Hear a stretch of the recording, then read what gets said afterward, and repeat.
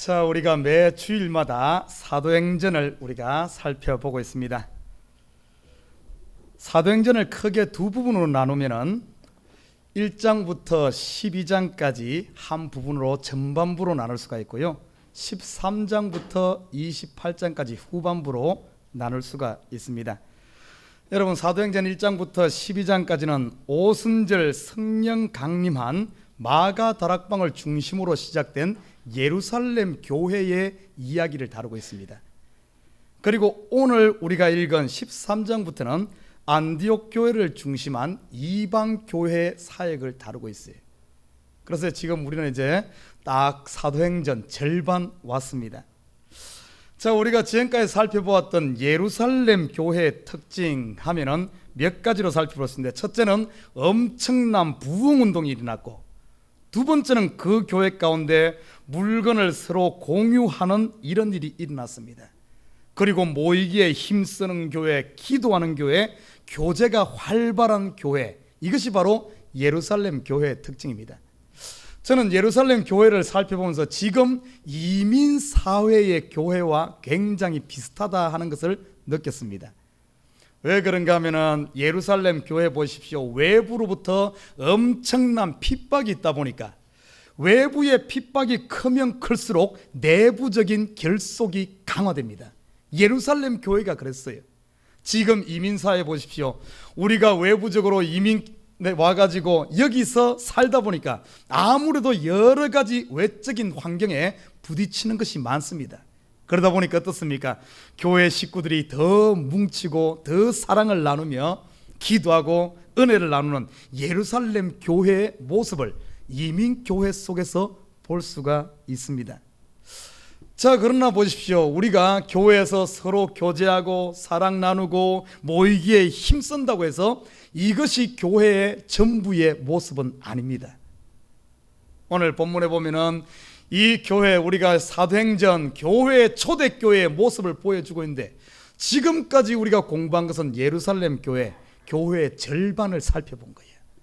자, 그러면은 안디옥 교회, 이 부분이 같이 합해져야만 완전한 교회의 모습을 볼 수가 있습니다.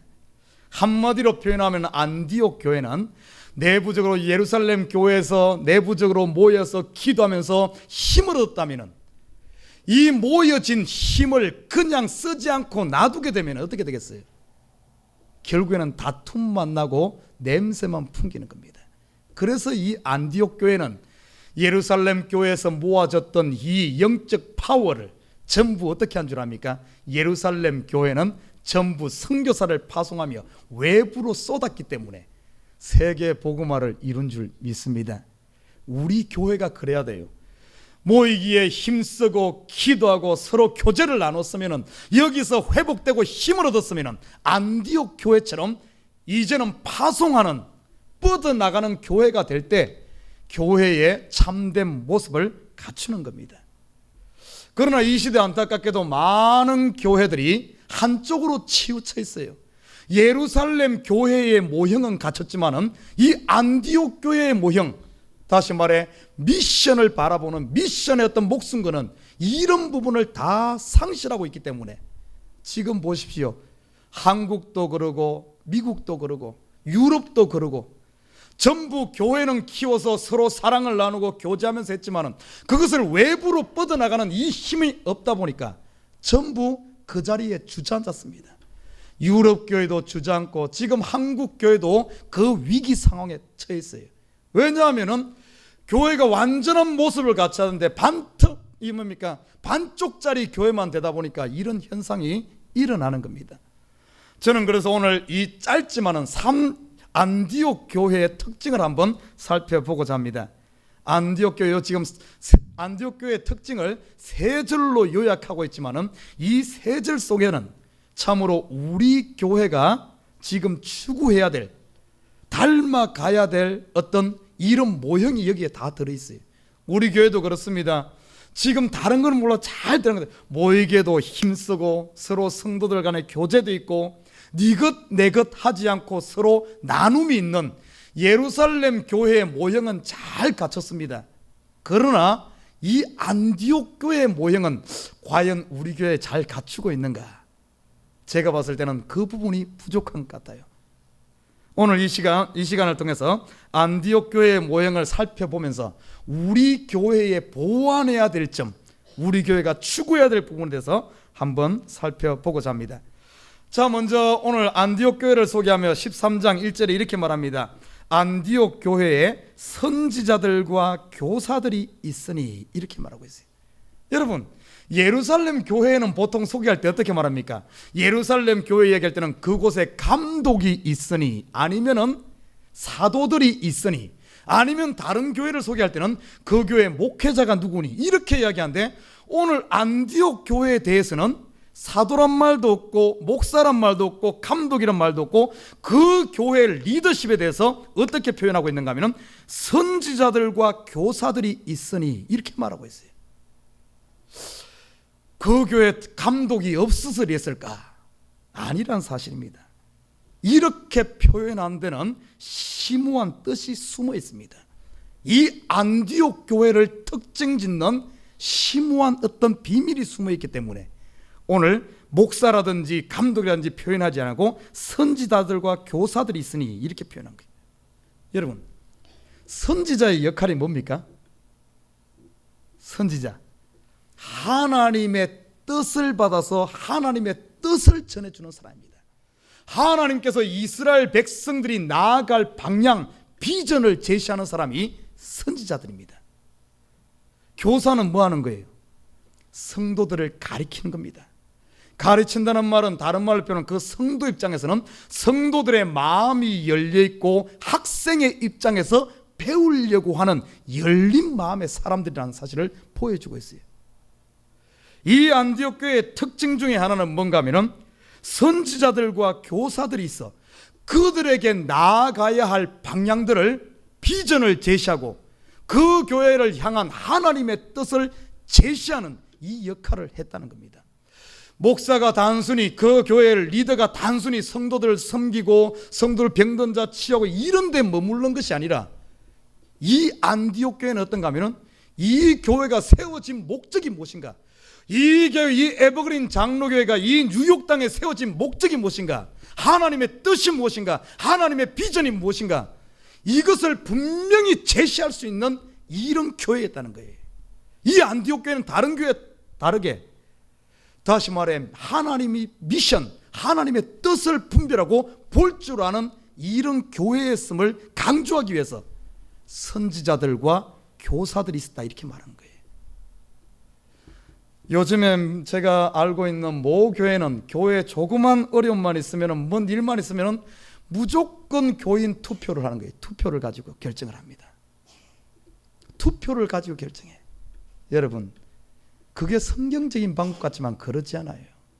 성경적인 교회는 어떤 줄 압니까? 성도들의 의견을 모아서 투표해서 결정하는 것이 아니라 이 교회 구성원 한 명 한 명이, 목사는 뭔가 하면 이 교회에 나아갈 방향, 비전을 제시하고 하나님의 뜻을 제시하고, 그리고 성도들은 그 뜻 앞에 순종하고 따라가는 교회가 참된 교회인 줄 믿습니다. 앞에선 지도자가 비전을 제시하지 못하니까, 하나님의 뜻이 무엇인지 제시하지 못하니까 어둠 속에 있는 거예요. 어둠 속에. 어둠 속에서 서로 의견 모아가지고 그 중에 제일 좋은 의견을 따르자. 이거는 하나님의 방법이 아니에요. 이 시대 안타깝게도 참으로 하나님의 방법은 뭔가 하면은 제비를 뽑고, 아니면은 하나님의 뜻은 어떤 민주적인 그런 게 아닙니다. 민주주의가 아닙니다. 투표해서 하는 게 아니에요. 원래는 하나님의 교회의 하나님의 뜻은 분명히 보여져야 되는 겁니다. 그런 비전을 제시하는 사람이 있어야 돼. 그리고 성도들은 그 비전을 바라보고 나아가야 되는 줄 믿습니다. 이 교회가 왜 세워진지도 모르고 우리가 인생의 목적도 모르고 산다면 어떻게 되겠어요? 하나님께 참 감사하게도 하나님께서 우리 교회는 비전을 주셨어요. 비전을 줬습니다. 우리 교회에 나아가야 될 목표가 있어요. 우리가 여기 모여 있는 이유도 그겁니다. 세 가지 비전입니다. 첫째가 뭐죠? 여러분 주보에 나와 있죠. 셋째 하늘로. 여러분, 셋째 하늘의 뭔 말, 어떤 의미입니까? 우리의 표대를 땅에다 꼽지 말라는 거예요. 우리의 표대는 어디 꼽아야 됩니까? 그리스도입니다. 그리스도. 내 믿음이 문 목사만큼만 되면 좋겠다. 내 믿음이 김 집사만큼만 되면 좋겠다. 이게 아니에요. 우리가 닮아가야 될 대상은 그리스도입니다. 그리스도. 그래서 우리의 믿음이 위로 자라가야 돼. 셋째 하늘로 향하기까지 우리는 마음을 열고 배우는 학생의 입장에 있어서 항상 쫓아가는, 사도 바울이 빌립보 교회에서 빌립보스에서 뭐라 그랬습니까? 나는 지금도 쫓아가. 나는 표대를 향하여 지금도 달려간다. 죽음을 눈앞에 있는 그 상황에서도 사도 바울의 마음은 열려 있었어요. 비록 그가 창살이 감옥에 갇혀 있지만은 그의 마음은 열려 있어서 그 마음은 달려가는 학생 입장에서 달려갔어요. 이 시대 안타까운 사실은 많은 사람들이 전부 조금 신앙생활 하다가 어떤가 하면은 조금 뭐 좀 알면은 더 이상 배우려고를 안 해. 10년, 20년 돼도 자기 생각 그대로 가지고 있고 내려놓지를 안 해. 믿음이 성장치를 안 해요. 계속해서 그리스도께까지 달려가야 되는데 달려가다가 중간에 딱 멈춰 있어. 멈추면 어떻게 됩니까? 뒤돌아보죠. 뒤돌아보면서. 그러면서 딱 멈추는 순간 자기 행세를 하려고 해. 자기의 위치를 찾으려고 해. 쉽게 말해 터줏대감 노릇하려고 하고 자기가 대장 노릇하려고 해. 그러다 보니까 그때 내가 이만큼 왔으니까 남들이 나를 알아주길 원해. 그런데 사람들이 알아줍니까? 안 알아주니까 서운해가지고 자기 스스로 그걸 내세우려고 해. 그리고 자기 입으로 자기 자랑하고 자기가 했던 업적 자랑하고. 여러분, 교회에서 자기 자랑 해봐요. 사람들이 뭐라 그랬어요? 영적으로 깨어있는 사람은 뭐라 그래? 스스로 자랑하는 사람 보고 우습게 얘기지. 경상도 말로 덩신이네 그래. 정말이에요. 겉으로는 안 그러죠. 아, 너 잘났다 이럴 겁니다. 예예 예예 막 자기 자랑하면 예예. 그 말은 뭔 줄 알아요? 말로는 예예 그러다 실컷해라 내게 안 들린다 이 소리예요. 그럼에도 불구하고 막 자기 자랑하는 그런 것들, 이게 전부 뭔가 하면은 달려가던 것을 멈춘 사람에게 나타나는 현상입니다. 달려가는 사람은 앞을 목표를 향해 달려가는데 뒤돌아볼 여기 없어요. 항상 자기가 부족한 거예요. 예수를 바라보니까 예수 앞에 선 내 모습 보십시오. 내가 20년 30년 성경 달달달 외운다고 해서, 내가 아무리 많이 충성한다고 해서 예수 바라보면 항상 부족한 거예요. 그래서 자기 자신의 연약함을 깨닫고 주님 앞에 도움 구하면서 달려가는, 나는 우리 에버그린 식구들이 셋째 하늘로 달려가는 저와 여러분 되시기를 주님의 이름 부탁드립니다. 교회는 우리가 언제 어디까지 자라야 되는 줄 압니까? 그리스도께까지 자라고, 이 하나님의 복음은 나를 완전히 정복해서 나는 강고 듣고 내 속에 예수만 살아있는, 이렇게 정복되어져야 되고, 우리의 이 복음은 전 세계 민족과 족속과 방언까지 나라까지 다 증거될 때까지 계속해서 자라가야 되는 거예요. 자라가야 되는 거예요. 첫째 주신 비전이 셋째 하늘로 그리스도께까지 자라자. 둘째 비전이 뭔 줄 압니까? 3일길을 걷는 성도. 성경에 제가 이야기했죠. 3일이란 것은 전부 자기를 죽이는 기간이에요. 자기를 죽이는 기간. 네 속에 나라는 건 내 자아가 살아있기 때문에 다툼이 납니다. 여러분, 우리 인간 사회에 나타나는 모든 다툼은 어디로부터 나는 줄 압니까? 전부 자아가 살아있기 때문에 그래. 다툼 나는 곳에 내가 살아있는 거예요. 이 3일길을 걸으면서 내가 죽고 나면, 내가 없어지고 나면은 우리 속에 누가 있죠? 성령이 있고 그리스도가 있는 거예요. 성령은 모든 것을 부드럽게 합니다. 여러분, 성령을 소개할 때, 비유로 말할 때 비둘기 같다, 물과 같다, 기름과 같다, 불과 같다, 이런 표현들을 합니다. 성령은 부드러워요. 부드러워. 어디든지 가서 다 융화됩니다. 다 품을 수 있어요. 성령의 사람은 그래요.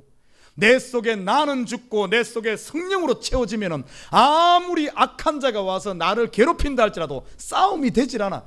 내 속에 나라는 실체가 없기 때문에 싸움은 양쪽 간에 있어야만 싸움이 되지, 한쪽이 없는데 혼자 싸움이 안 되잖아요. 내 속에 내가 없어지면 싸움이 되질 않아요. 여러분, 가정에서 아내가, 남편이 자아는 죽고 그 속에 그리스도로 충만해지면 싸움이 되지 않아요. 남편이 혼자 막 허공에다가 막 하다가 지쳐가지고 항복해. 아내도 그럽니다. 교회에서도 그래요. 그래서 3일 길을 걸으면서 우리가 철두철미하게 자기가 죽어질 때 어떻게 되는지 압니까? 우리가 참된 평안을 누리고 자유함을 누리고 내 속에서 그리스도의 영광이 그리스도가 비춰지는 줄 믿습니다. 나는 우리 식구들이 3일 길을 걷길 바래. 그래서 이 교회 싸움과 다툼이 있는 것이 아니라 화평과 은혜만 강물처럼 흐르기를 주님의 부탁드립니다. 그리고 세 번째 우리 교회 주신 비전은 천을 향하여 뭐 천명 부흥시키자 그 말이 아니에요. 어떤 사람이 오든 간에 우리의 마음을 옹졸하게 하지 말고 마음을 열어라. 오픈해라. 오픈. 하나님께서 우리에게 주신 마음, 우리에게 원하신 건 지금도 녹화합니다. 녹화하면서 문 열기를 바래. 마음을 열어야 됩니다. 오픈해야 돼. 우리 믿는 사람들이 이 에버그린 교회에 주신 비전이 그래요. 그래서 이 비전 부여잡고 모두가 함께 전부 저도 달려가는 거예요. 저도 여러분도 오늘 가돈 성도들도 함께 예수를 향해서 달려가는 거예요. 저보고 오는 게 아닙니다. 예수를 향해 달려가고, 그리고 흩어져서는 정말 하나님 앞에 십자가 앞에서 자기 자신을 내려놓는 이 싸움을 하고, 그리고 천을 향하여 마음을 열고 서로 섬겨주면서 함께 나아가는 교회. 언제까지? 예수님 오시는 그날까지, 하나님이 됐다 하는 그날까지. 이게 바로 에버그린 교회에 주신 비전인 줄 믿습니다. 여러분, 혹시 달려가다가 지금 서 있는 사람이 있습니까? 자리를 틀고 일어나야 돼. 함께 달려가야 될 줄 믿습니다. 자, 오늘 본문에 보면 선지자와 교사들이 있으니 이 안디옥 교회는 그 교회에 나아갈 방향, 비전을 제시하는 이 힘이 있어요. 그리고 그 성도들은 전부 그 뜻을 바라보고 함께 달려가는 이런 교회였다는 사실입니다. 나는 우리 에버그린 교회가 내 뜻을 펼치려고 하는 것이 아니라 하나님의 뜻이 이 교회 가운데 이루어지기를 주님에는 부탁드립니다. 하나님의 비전이 보여지고 내가 이 교회에 오면은 전부 어떤가 하면은 함께 달려가는 거야. 함께. 두 번째 보십시오. 오늘 본문은 이렇게 말합니다. 교사들이 있으니 곧 바나바와 쭉 5명의 교회 리더십을 소개하고 있습니다. 자, 여기 보면은 몇 명이, 첫째는 바나바가 나오고, 두 번째는 시몬이 나오고, 세 번째는 루기오, 네 번째는 마나엔, 마지막이 사울입니다. 5명의 리더십을 소개하고 있어요. 자, 그런데 재미있는 사실은 히브리 유대인들은 이 사람 이름을 배열할 때 어떤 식으로 배열하는가 하면은, 첫째는 장자 순으로 배열하기도 합니다. 연장자 순으로. 아니면은 직분 중심으로 배열을 합니다. 그런데 이 헬라식은 그러지 않아요. 헬라식은 중요한 사람부터 위에서 배열을 합니다. 여러분, 누가복음은 누가 썼죠? 제 질문 속에 답이 있는데 누가복음은 누가 썼죠? 누가복음은 누가 썼죠? 그죠? 그러면 사도행전은 누가 썼죠? 예, 그도 누가요? 예, 이 사도행전은 누가 썼는가 하면 누가가 썼어. 아직도 이해 못하는 사람이 있는데 누가라는 사람이 사도행전을 썼어요. 자, 그러면 사도행전은 누구에게 썼습니까? 누가 이 편지글을 받아보는 수신자가 누굽니까? 사도행전 1장에 나오죠. 데오빌로라는 사람이에요. 데오빌로. 이 데오빌로는 누군가 하면은 로마의 고위직 관리입니다. 로마 사람이에요. 그래서 이 사도행전은 지금 어떤가 하면은 로마의 고위직 관리에게 썼기 때문에 헬라식으로 쓰여진 겁니다. 이 유대식으로 쓴 게 아니에요. 헬라식으로 쓰여졌어. 헬라인들이 이해할 수 있게끔. 그래서 오늘 여기에 이름의 순서를 보면은 유대식이 아니라 헬라식입니다. 다시 말해 중요한 사람부터 이름을 나열하고 있어요. 자, 그러면은 우리 상식적인 질문 하나 하겠습니다. 잠도 오고 하니까. 자, 오늘 5명의 이름이 나와 있는데 제일 이 교회에 영향력 있고 가장 중요한 사람이 누굽니까? 제일 먼저 나온 바나바. 그러면 이 교회 리더십 중에 뭐 있어도 그만 없어도 그만 제일 마지막에 있는 사람이 누구예요? 사울입니다. 나중에 이제 바울로 바뀌는데 이 사울. 자, 그럼 보시다. 이 교회 5명의 지금 리더십을 소개하고 있어요. 첫 번째 나온 사람이 바나바입니다. 여러분, 이 바나바는 구브로 출생이에요. 구브로. 시프러스라고 지중해 연안 지중해 안에 있는 그 섬입니다. 사도행전 4장 36절에 보면은 이 사람은 구브로 출신으로서 레위인 그리고 아주 영향력 있는 유력한 가문의 출신입니다. 그리고 그뿐만 아닙니다. 이 사람은 예루살렘 교회에서 안디옥 교회에 파송한 사람입니다. 뭐 그 사람답게 처음 아주 대단한 이 안디옥 교회에서도 영향력을 행사하는, 요즘 말로 하면 우리 교회로 친다면은 뭐 우리 교회 제가 제일 영향력 있는 사람은 아니지만은 형식으로 봤을 때는 그래 담임 목사니까, 예, 이 바나바가 이 교회 담임 목사격 되는 사람이에요. 자, 두 번째 나온 사람이 누구죠? 니게르라 하는 시몬과 니게르라 하는 시몬. 이름은 시몬인데 이 사람 니게르라 하는 이런 표현을 하고 있어요. 이 니게르란 말은 뜻은 뭔가 하면은 검다 이런 말입니다. 이 단어에서 니그로란 말이 나왔어요. 이 단어는 여러분 쓰지 말아요. 우리 흑인들을 옛날에 좀 놀리는 말로 뭐라 그랬죠, 그죠? 그런 표현 하는 건 아닌데 이 니게르란 말은 검단 말이야. 그 뜻을 봤을 때 지금 이 시몬은 분명히 검은 사람, 흑인이었습니다. 그런데 시몬이란 이름은 유대식 이름입니다.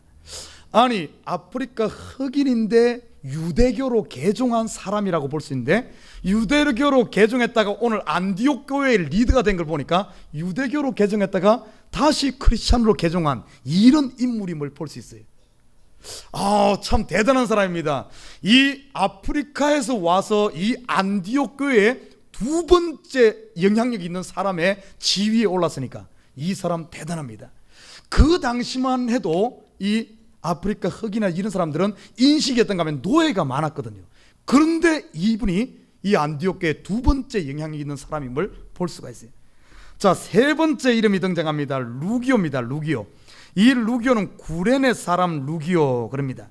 이 구레네는 어딘가 하면은 북아프리카를 지칭하는 말이에요. 일부 학자들에서는 이디오피아 지역을 이야기한다 하기도 합니다. 이 사람도 흑인이에요. 그런데 이 루기오란 이름은 라틴식 이름입니다. 그러니까 아마 이탈리아 계통의 어떤 흑인이지 않았을까, 그렇게 봅니다. 자, 그리고 또 한 사람 등장하죠. 분봉왕 헤롯의 젖동생 마나엔. 여기에 나오는 분봉왕 헤롯은 대헤롯의 아들입니다. 갈릴리 지역을 다스렸던 그 분봉왕. 우리가 지난주에 살펴보았던 이 사도행전 12장에 나오는 이 헤롯은 다른 헤롯입니다. 삼촌관계예요. 삼촌관계. 아무튼 이 분봉왕 헤롯의 젖동생 마나엔 그랬어요. 이 젖동생이란 말은 어떤 의미가 있는가 하면은, 자, 어릴 때 같은 어머니의 젖을 먹고 자란 사람임을 볼 수가 있어요. 근데 젖동생이라는 것은 표현할 때 보면은 이 젖동생은 나이가 많이 차이가 나는 이런 동생. 요즘에는 그런 사람이 별로 없죠. 하나 내지 둘밖에 안 노니까. 옛날에는 어때요? 한 7명 막 9명씩 놓으면은 어떻습니까? 장자와 막내 사이는 아버지와 아들만큼 차이가 나. 그렇죠. 한 25살 막 30살 차이 나잖아요. 옛날에 그랬어요. 저도 우리 제일 위하고는 12살 차인데, 우리가 5남매인데 더 막 10남매 되면 한 20몇 살 차이 나지 않겠어요? 그렇게 나이가 많이 차이가 나는 이런 동생을 젖동생이라 그렇게 표현하기도 합니다. 아무튼 분명한 사실은 이 마나에는 헤롯, 어떤 이 분봉왕 헤롯의 젖동생이니까 왕가 출신이에요. 왕족입니다. 왕족. 그 당시 헤롯의 가문이 에서 족속이거든요. 에서 족속의 왕가입니다. 그리고 마지막에 보니까 오늘 및 사울이다 이렇게 말하고 있어요. 이 사울 참 여기 그냥 및 했는데 여기서 그냥 넣어놓은 단어가 아니에요. 및 사울이다 이 말은, 이 사울이라는 사람은 관로 밖의 사람이다 이 말이에요. 분명히 이 교회에 와서 리더십은 하는데 저 사람이 의심스러운 거예요. 저 사람이 목사인지 아닌지. 저 사울이 예수 믿는다고 하긴 하는데 얼마 전까만 해도 교회를 핍박했는 사람인데 저 사람이 진짜인지 가짜인지 의심스러운 퀘스천한 인물이다 이 말이에요. 그러니까 미사울 넣을까 말까 하다가 그래도 그냥 넣어놓은 인물이 사울이에요. 이렇게 넣는 사람입니다. 자, 여기에 보면은 이 5명의 이름이 그냥 등장한 것 같지만 그러지 않아요. 참 어떻게 보면은 그 안디옥 교회의 리더십에 들어갈 정도로면 나름대로는 내노라 하는 사람들입니다. 한 명 한 명 뜯어보면 다 내노라 하는 사람이에요. 그리고 보십시오. 출신도 다르고 인종도 다르고 신분도 다르고 전부 다름에도 불구하고 이 다른 5명이 이 안디옥 교회를 함께 섬겨갔다는 사실. 야, 참 저는 이 모습을 보면서 꼭 우리 교회의 모습 같아. 여러분, 우리 교회도 보면은 교회는 작아도 우리 교회 목사가 3명이고 전도사가 5명입니다. 물론 한 명은 아직 전도사의 명칭은 안 붙지만 우리 중고등부 담당하는 그도 전도사 못지않게 같이. 목사님, 이 작은 교회 왜 그렇게 사역자가 많습니까? 여러분, 우리만 그런 거 아니요. 안디옥 교회도 보니까 지금 많네. 이 많다라고 저는 그런 생각 가지고 있어요. 앞으로 이 교회에 함께 동역하기를 원하는 전도사님, 목사님이 있다면 저는 웰컴입니다. 언제든지 와라, 함께 하자. 제가 원하는 것은 우리 지금 교인들이 한 150명 되는데 목회자가 한 150명 됐으면 좋겠어. 오, 정말이에요. 1대1 해야 돼. 150명도 모자라. 한 500명 돼야 돼. 한 성도에 목회자 3명이 달라붙어 살 수 있도록. 얼마나 좋아요. 한번 보십시오. 어떻게 이렇게 그러면 이 출신도 다르고 다 다른데 함께 할 수 있을까? 여러분, 이 교회가 함께 할 수 있는 것은 이들이 바라본 것이 자기를 바라보지 않고 하나님의 비전과 뜻을 바라봤기 때문에 가능한 줄 믿습니다. 똑같아요. 나는 우리 에버그린 교회 식구들, 목회자뿐만 아니라 한 명 한 명이 전부 내 생각 앞세우지 말고 하나님의 뜻이 무엇인가, 하나님의 비전이 무엇인가, 이것 바라본다면 천이 모여도 함께 할 수 있는 줄 믿습니다. 목회자가 20 되어도 함께 할 수 있는 거예요. 연합할 수 있는 이 힘, 이런 교회가 돼야 돼. 이런 교회. 이 과도기의 안디옥 교회가 크게 쓰임받을 수 있었던 것은 그 교회에 다양한 일꾼들이 함께 했기 때문에 그래요. 다양한, 이 시대는 다양화되어 있어요. 옛날에는 목사 혼자 북치고 장구치고 다 했습니다. 찬양 인도하고 기도에 인도하고 신방하고 또 뭡니까, 체육대회 하면 체육대회 조직하고 혼자 다 뛰었어. 그러나 이 시대는 되질 않아요. 성도들이 다 전문화되어 있는데 목사가 아마추어가 나서가지고 자기 분야도 아닌데. 제가 그래서 중고등부나 EM은 터치를 안 하는 거예요. 왜냐하면 제가 영어도 못하는데 그 가서 뭘 한다고 되겠어요? 문화도 다른데 생각도 다른데 그거는 전문가에게 맡기는 거예요. 우리 찬양팀 찬양 인도하고 있습니다. 내가 이 곡 해라 저 곡 해라 말하지 않아요. 제가 하면 아마 여러분 찬양하다 헷갈릴 거예요. 일로 갔다 저로 갔다. 전문가한테 맡긴 거예요. 전문가한테. 이 각종 다르지만 함께 할 수 있는 것, 이게 연합할 수 있는 것, 이게 힘인 줄 믿습니다. 안디옥 교회가 그러고 우리 교회가 그래야 될 줄 믿어요. 자, 그런데 보십시다. 자, 오늘 참 재밌는 사실은 오늘 본문에 보면은, 그런데 2절에 보면 이렇게 말합니다. 주를 섬겨 금식할 때 성령이 가라사대 내가 불러 시키는 일을 위하여 바나바와 사울을 따로 세우라. 여러분, 5명이 있는데 보십시다. 제가 물어볼게요. 제일 영향력이 있는 담임 목사끼리 누구라 그랬어요? 바나바.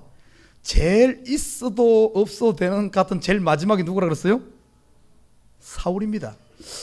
그런데 오늘 기도하면서 보니까 하나님께서 어떤 지시를 내리는가, 그 교회에 가장 중요한 인물 바나바와 이 사울을 따로 세워서 선교사로 파송하게끔 합니다.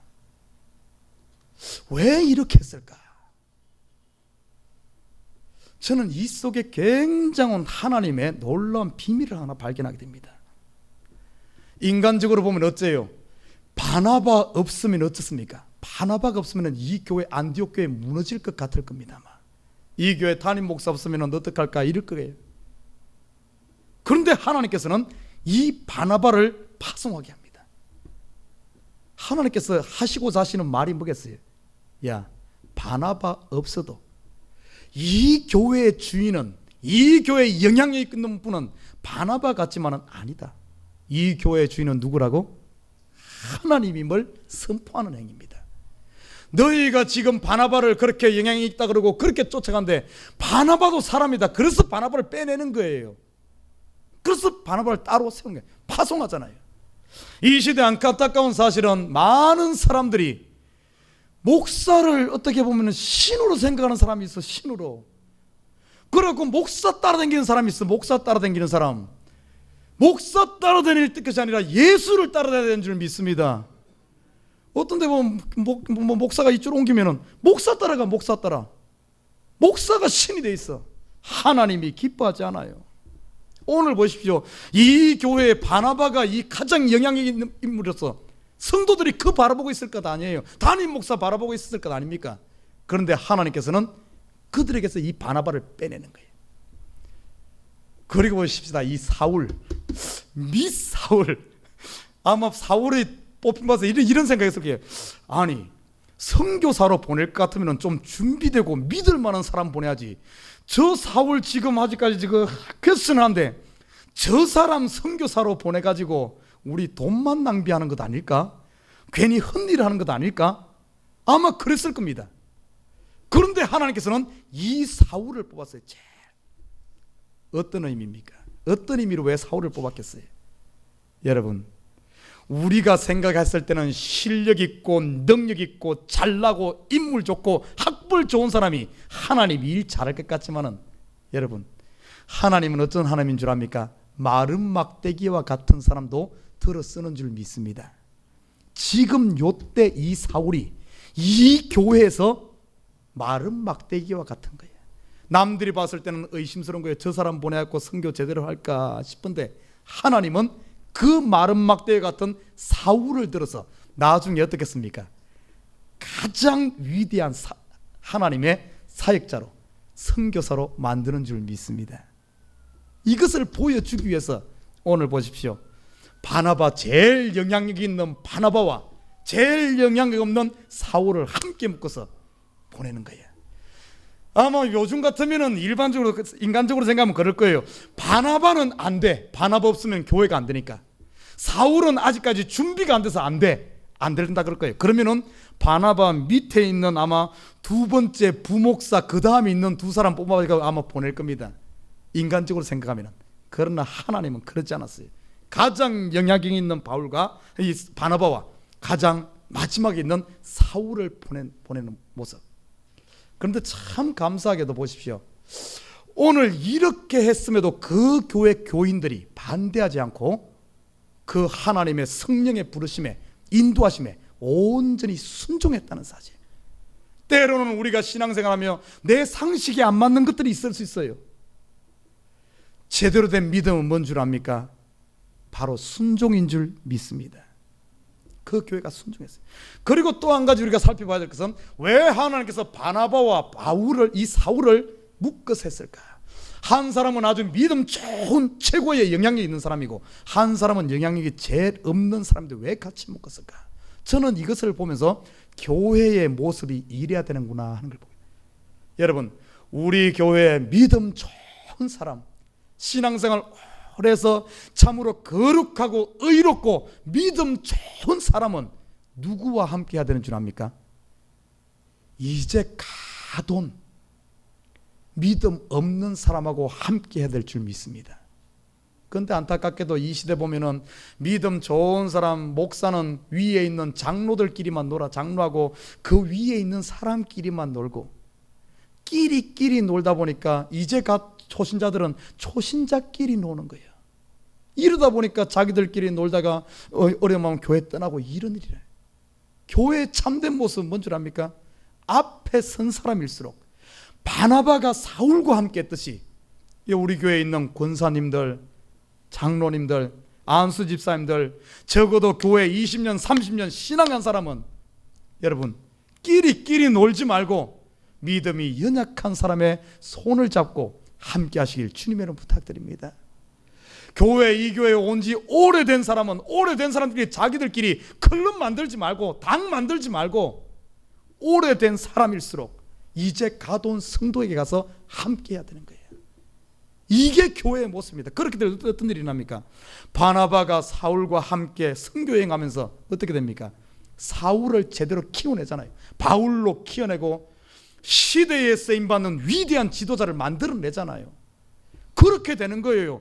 우리 앞에 있는 성도들이 이제 가둬온 성도들과 함께 할 때 그 이제 가둬온 성도가 이 시대의 바울로 크는 줄 믿습니다. 우리의 믿음이 그들에게 아름답게 전수되어져 그들이 마음껏 주의를 할 수 있도록 키우는 거예요. 앞에 선 사람들이 자기들끼리만 임신은 즐겁지, 임신은 즐겁지. 그러나 보십시오, 우리 믿는 사람들에게 교회에서부터 가정에 본이 돼야 되는데 비슷한 사람들끼리 뭔 본이 됩니까? 똑같은데. 본이란 것은 뭔가 한 사람이 위에 있고 한 사람이 밑에 있을 때 이 사람이 배우는 것 아닙니까? 그런데 똑같이 있으니까 뭐 배울 게 없으니까 맨날 쌈질만 하지. 그런 거예요. 딸 이렇게 돼야 되면 이렇게. 나는 우리 에버그린 성도들이 먼저 된 식구들, 여러분 믿음이 좋다고 생각한다면 제일 낮은 자리로 제일 뒤에 가서 나약하고 힘없는 사람을 손을 붙잡고 그를 위해 중보하며 함께 업고 우리 믿음의 경주를 하시길 주님으로 부탁드립니다. 이게 바로 교회의 모습이에요. 이 안디옥 교회가 그랬어요. 우리 교회가 추구해야 될 모습입니다. 그리고 보십시오, 참 보면 오늘 본문에 보면은 아까도 잠시 이야기했지만은 이들이 금식하며 섬기면서 하나님으로부터 그 성령의 음성을 듣고는 그대로 순종했고, 그리고 우리 2절에 보면은 참 중요한 말이 나와요. 주를 섬겨 금식할 때, 주를 섬겨 금식할 때. 여러분, 이 단어를 그냥 넘길 것이 아닙니다. 주를 섬겨 금식한다. 여러분, 가장 적극적으로 주를 섬기는 게 뭐라고 생각합니까? 여러분들이 가장 최고로, 가장 적극적으로, 가장 힘을 써서 주를 섬기는 게 뭐라고 생각해요? 음식하는 거? 전도하는 거? 아니면 헌금하는 거? 뭐라고 생각합니까? 바로 예배인 줄 믿습니다. 예배. 가장 적극적으로 주를 섬기는 것은 바로 예배예요. 예배. 오늘 여기서 보면은 주를 섬겨 금식한다는 것은 뭔가 하면은 예배를 드리는데, 금식이란 말이 뭔 줄 압니까? 이 금식이란 말은 단순히 뭐 그냥 떼쓰는 게 금식이 아니에요. 어떤 사람 보면 이런 사람이 있습니다. 나 40일 금식했다고 40일 금식 2번 해가지고 자기 명함에다가 이게 써놓는 사람도 있어. 참, 세상에 참 요지경이에요. 요지경. 금식한 걸 자랑하고 다니는 사람도 있어. 그것 아까 말했듯이 경상도 말로 뭐라고? 그거야. 참, 여러분, 금식한다는 말은 뭔 의미인 줄 압니까? 금식이란 우리 참 사람이 뭐예요? 밥 한 그릇만 먹어도 어떤가 하면 그 힘을 의지합니다. 사람이 얼마나 간사한가 하면 마지막 물에 빠져 꼴깍꼴깍 하면서도 지푸라기 있으면 지푸라기 그거 잡습니다. 참 사람이란 거예요. 그 지푸라기라도 잡을 것이 없으면 그때서야 하늘을 쳐다보는 거예요. 이 금식이란 말은 내가 의지하는, 세상에 의지하는 건 다 내놓고 이제는 주님만이 할 수 있습니다 하는 신앙 고백이에요. 이렇게 금식, 이 말은 다른 말을 표현하면 온전히 나의 모든 것을 하나님께만 집중하는 행위가 금식입니다. 그래서 오늘 본문에 보면은 주를 섬겨 금식할 때, 이 말은 금식 기도원 찾아갔다는 말도 아니고 특별 부흥회 갔단 말도 아니에요. 그들이 예배 드릴 때, 매 예배 때마다 그들이 온전히 주님께만 집중하여 예배 드렸다, 이 말입니다. 오늘 보니까 우리 성도들이 지금 예배를 그렇게 드리는 것 같아. 주를 섬겨 금식할 때. 자, 보십시다. 이렇게 예배 드릴 때 어떤 일이 일어난 줄 압니까? 성령이 가라사대 내가 불러 시키는 일 위하여 바나바와 사울을 따로 세우라. 중심으로 예배 드리니까 하나님께서 이 예배 가운데 하나님의 뜻을 이야기해 주는 줄 믿습니다. 여러분, 우리 성도들에게 있어서 하나님의 뜻과 하나님의 비전과 하나님의 계획은 전부 예배 가운데 발견되어지는 거예요. 예배 가운데 찾아야 될 줄 믿습니다. 예배 드릴 때는 딴 생각하고 졸다가 꼭 하나님의 뜻을 물을 때는 꼭 엉뚱한 데 가요. 점쟁이 찾아가고 누가 기도한다 예언한다니까 그 찾아가서 엉뚱한 데서 머리 디미는데, 이런 사람도 경상도 말로 그렇게 말하는 거예요. 여러분 그러지 말아요. 하나님의 뜻, 예배 가운데 하나님의 뜻을 못 찾으면 눈 씻고 봐도 딴 데 가서 찾을 수 없어요. 하나님은 언제 말씀하시는 줄 압니까? 예배 가운데 하나님 자신을 계시하는 거예요. 예배 가운데 하나님의 뜻을 드러내는 거예요. 우리 지금 이 시간 하나님께서 우리에게 말씀하시는 줄 믿습니다. 내 가야 될 방향을 가르쳐 주는 거예요. 그래서 예배 때는 집중해야 돼. 오늘 그들이 주를 섬겨 금식할 때 하나님께서 바나바와 사울을 따로 세우란 그 하나님의 비전을 봅니다. 아까 말했듯이 참 쉬운 일 아니죠. 가장 영향력 있는 담임 목사와 지금 가장 의심스러운 사울을 세워서 보내라 그러면은 분명히 그 중에 똑똑한 사람이 이렇게 말할 거예요. 목사님 안 됩니다. 우리 목사님 없으면 교회 안 됩니다. 아니 저 딴 사람 다 보내도 저 사람은 안 돼. 저 사울 저 사람 보내가지고 뭔지 저지를 줄 알고 저 보냅니까? 얼마 전까지만 해도 예수 믿는 사람 교회에 다 핍박하던 사람 아닙니까? 좀 더 훈련되고 좀 더 키워가지고 저 사람의 사상이 확실하게 드러나면 그때 합시다. 이렇게 얼마든지 말할 수도 있는데 오늘 본문에 보십시오. 그렇지 않았어요. 성령의 음성을 듣고는 그대로 순종했다는 거예요. 여러분 이 예배 때 받은 감동들, 말씀을 통해 하나님께서 말씀하신 것, 참 안타까운 사실은 많은 사람들이 예배 때는 아멘 아멘 해. 그런데 예배 끝나면은 다 잊어버려. 언제 그랬나 한 듯이 싹 그냥 다 어디로 요로 들어가고 요로 다 어디로 흘러. 이러면 이건 순종이 아니에요. 오늘 본문 봐요. 진정한 순종은 뭔 줄 압니까? 예배 때 받은 감동, 하나님께로 들은 음성, 이것을 얻는가 하면 온전히 순종할 때 그 예배가 온전한 예배가 되는 줄 믿습니다. 오늘 안디옥 교회는 그랬어. 나는 우리 예배드린 성도들이 예배 때 하나님으로부터 받은 비전과 뜻과 내 마음에 온 감동을 그대로 순종함으로 말미암아 하나님의 뜻을 이루시길 주님을 부탁드립니다. 그리고 마지막 한 가지를 보면은 오늘 보십시오. 이들을 성령이 가라사대 내가 불러 시키는 일. 오늘 이 사람들을 왜 세운 줄 압니까? 내가 불러 시키는 일. 다시 말해 하나님의 일을 하기 위해 세운 거예요. 저와 여러분 지금 하나님의 일을 하고 있습니까? 아니면 내 일을 하고 있습니까? 이 교회에서 뭔가 막 봉사 열심히 하는데 그게 하나님 일입니까? 내 일입니까? 어떤 사람 보면은 이 교회에서 내 일하는 사람이 있어. 내 일 막 열심히 하는 것이 나를 드러내기 위해서, 칭찬 듣기 위해서, 아니면 내 유익을 위해서. 이러면 안 돼. 이러면 안 돼. 여러분 교회에서뿐만이 아닙니다. 우리의 삶도, 가정도, 직장도 전부 어떤 일이 돼야 되는 줄 압니까? 하나님의 일이 돼야 될 줄 믿습니다. 왜? 내가 하나님의 사람이기 때문에. 여러분은 여러분 것이 아니에요. 예수 그리스도 피로 값주고 산 예수 겁니다. 예수. 하나님께서 저와 여러분을 이 땅에 파송한 하나님의 사람들이에요. 우리가 해야 될 것은 뭔가 하면은 내가 불러 시키는 일, 바로 하나님 일을 하는 것이 우리의 사명이란 사실. 이 교회가 바로 안디옥 교회예요. 나는 우리 에버그린 교회가 참으로 예루살렘 교회처럼 참 펠로십이 있고 나눔이 있고 기도가 있고 모이기에 힘쓰고 그리고 부흥도 일어나고 참 잘 갖췄어요. 여기에다 플러스 알파가 되어져 안디옥 교회처럼 굳어버린 심령이 아니라 부드러운 옥토와 같은 오픈된 마인드를 가지시길 주님을 부탁드립니다. 그리고 성령에 순종하여 변화를 수용할 수 있는 이런 삶. 더 나아가서는 어떤가 하면 사역자, 일하는 사람들이 내 생각 앞세우지 말고 하나님의 뜻을 먼저 바라보면서 서로 연합할 수 있는 삶.